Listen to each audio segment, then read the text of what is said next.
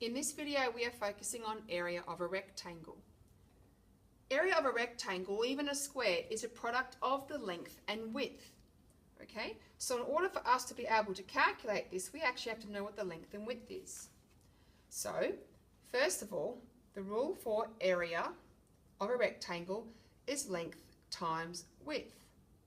So, which is the length and which is the width? Well, the longest side is actually the length. This is much longer at 10 meters than this at 4 meters.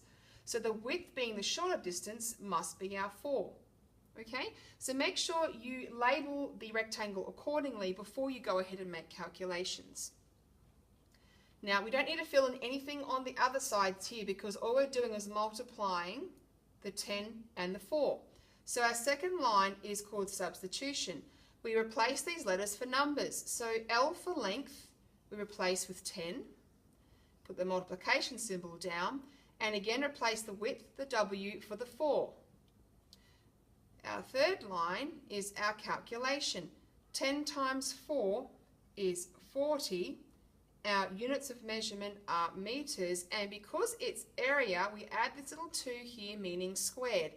So when we read this, it's 40 meters squared. So if this is meters, and we were to cut this up into a grid, okay, we would find there'd be 40 squares because area is all of this space inside this two-dimensional shape. Next, we look at area of a square, and just like the rectangle, we can use the same rule. Area equals length times width. Now, you might look at this square and go, well, hold on.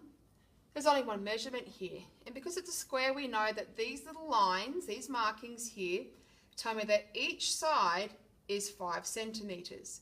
So yes, there are other rules that you can use, okay, such as side squared, okay, but for this purpose of remembering, I always prefer and use the same rule as area of a rectangle.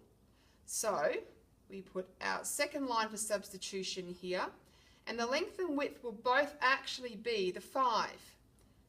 5 times 5, because like I said, every side is worth 5 meters, and we can label one the length and one the width. I mean, it's not necessary, I'm just using this to show you. So we go for our final answer. 5 times 5 is 25. We are using meters as our unit of measurement, and the little 2 goes up there to show us that it is 25 meters squared.